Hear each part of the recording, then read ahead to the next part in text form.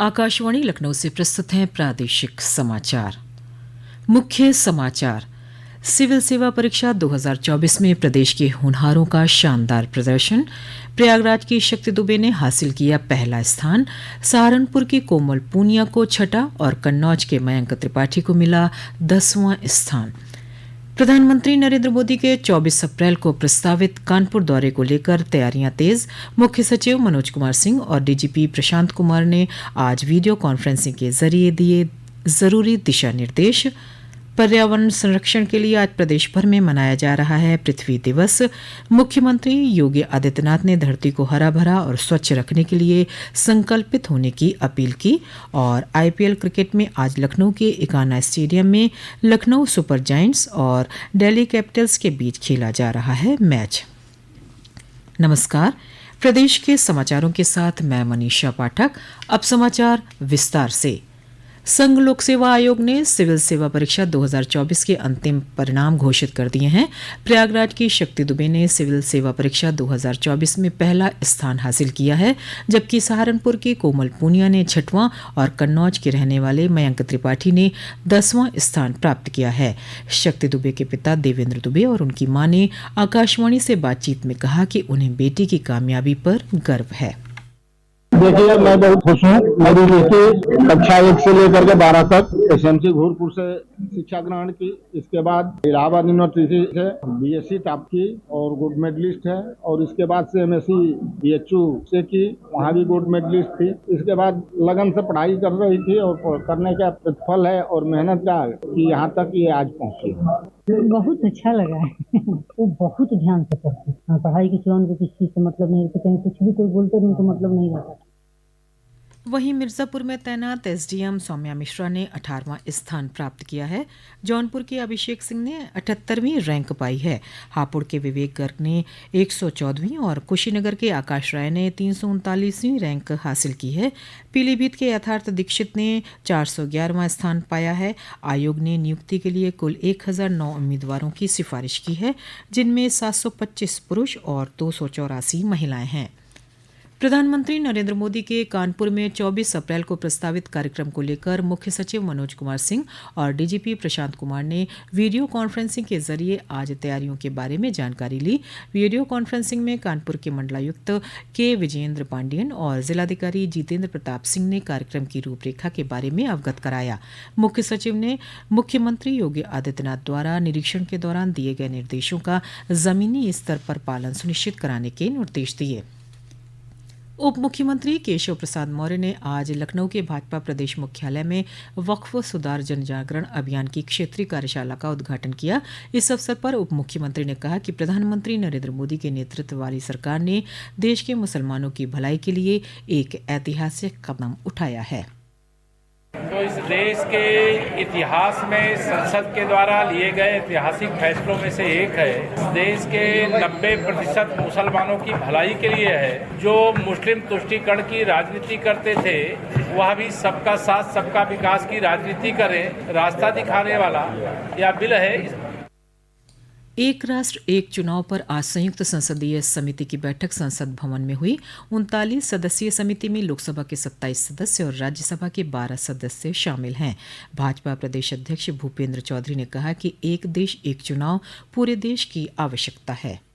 हम सबकी देश की आवश्यकता है, एक देश एक चुनाव। और आजादी के समय से 52, 57, 62, 67 में एक देश एक चुनाव के तहत चुनाव हुए भी थे, लेकिन बाद में किन्हीं कारणों से अलग अलग चुनाव हो रहे हैं। उसके कारण आचार संहिता के लगने के कारण समय बहुत बर्बाद होता है। बीच बीच में अलग अलग मतदाता सूची हैं, उनके पुनरीक्षण का काम चलता है। भारत ऐसा देश है जहाँ प्रति वर्ष कोई न कोई चुनाव के कारण आचार संहिता लगती है। तो बहुत अच्छी पहल है और मैं इस पहल का स्वागत करता हूँ। केंद्रीय वित्त राज्य मंत्री पंकज चौधरी आज महाराजगंज में भारतीय जनता पार्टी द्वारा वन नेशन वन इलेक्शन विषय पर आयोजित प्रबुद्ध वर्ग सम्मेलन में बतौर मुख्य अतिथि शामिल हुए। इस अवसर पर उन्होंने कहा कि भारत जैसे विशाल और विविधताओं से भरे देश में बार बार चुनाव कराना एक चुनौतीपूर्ण कार्य है। प्रदेश सरकार ने कल 33 आईएएस अधिकारियों के स्थानांतरण का आदेश जारी किया। इसमें 2 प्रमुख सचिवों के अलावा कई जिलों के जिलाधिकारी बदल दिए गए। पेश है एक रिपोर्ट।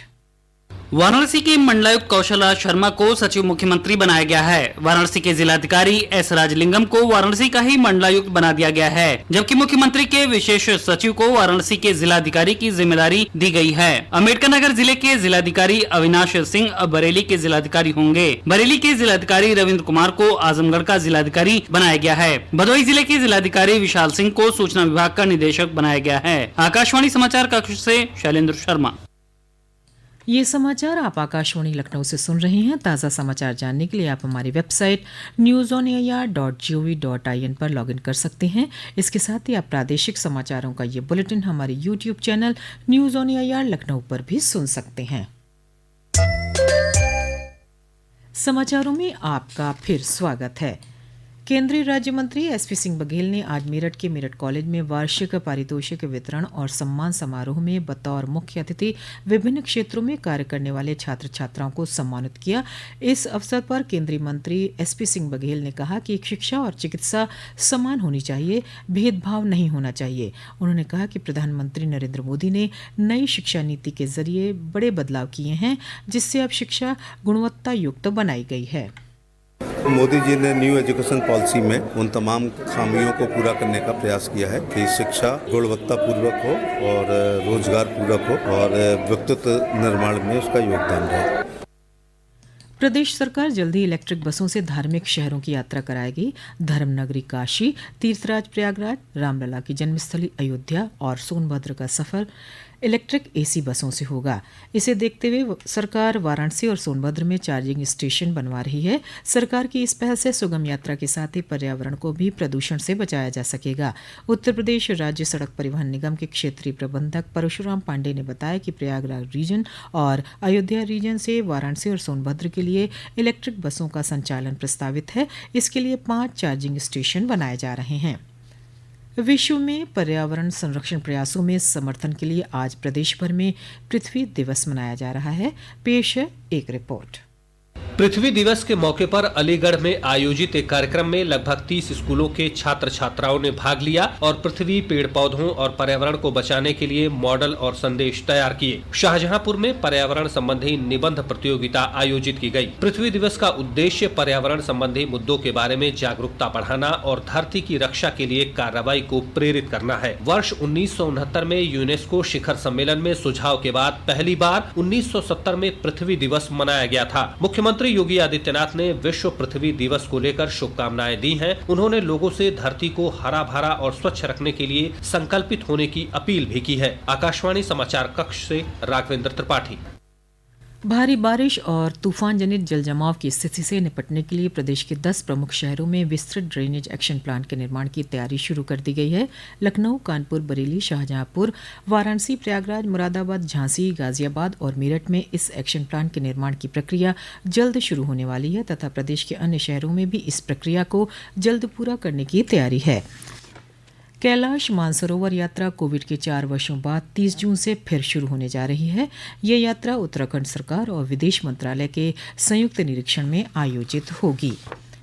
आईपीएल में आज लखनऊ के इकाना स्टेडियम में लखनऊ सुपर जायंट्स और दिल्ली कैपिटल्स के बीच मुकाबला खेला जा रहा है। दिल्ली कैपिटल्स ने टॉस जीतकर पहले बॉलिंग करने का फैसला किया है। मौसम विज्ञान विभाग ने प्रदेश के पश्चिमी और पूर्वी भागों में आज और कल के लिए हीट वेव का येलो अलर्ट जारी किया है। विभाग के मुताबिक आज से 5 दिनों के दौरान अधिकतम तापमान में 2 से 3 डिग्री सेल्सियस की बढ़ोतरी होने का अनुमान है। इस बीच हीट वेव को देखते हुए वाराणसी और चंदौली में 8वीं तक के विद्यालयों का समय परिवर्तित कर दिया गया है। अंत में मुख्य समाचार एक बार फिर। सिविल सेवा परीक्षा 2024 में प्रदेश के होनहारों का शानदार प्रदर्शन। प्रयागराज की शक्ति दुबे ने हासिल किया पहला स्थान, सहारनपुर की कोमल पूनिया को छठा और कन्नौज के मयंक त्रिपाठी को मिला 10वां स्थान।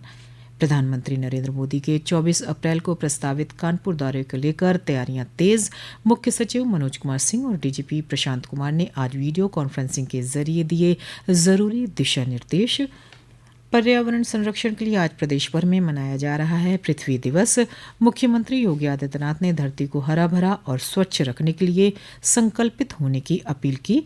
और आईपीएल क्रिकेट में आज लखनऊ के इकाना स्टेडियम में लखनऊ सुपर जायंट्स और दिल्ली कैपिटल्स के बीच खेला जा रहा है मैच। इसी के साथ प्रादेशिक समाचारों का ये बुलेटिन समाप्त हुआ। अगला बुलेटिन रात 8 बजे FM पर प्रसारित किया जाएगा। नमस्कार।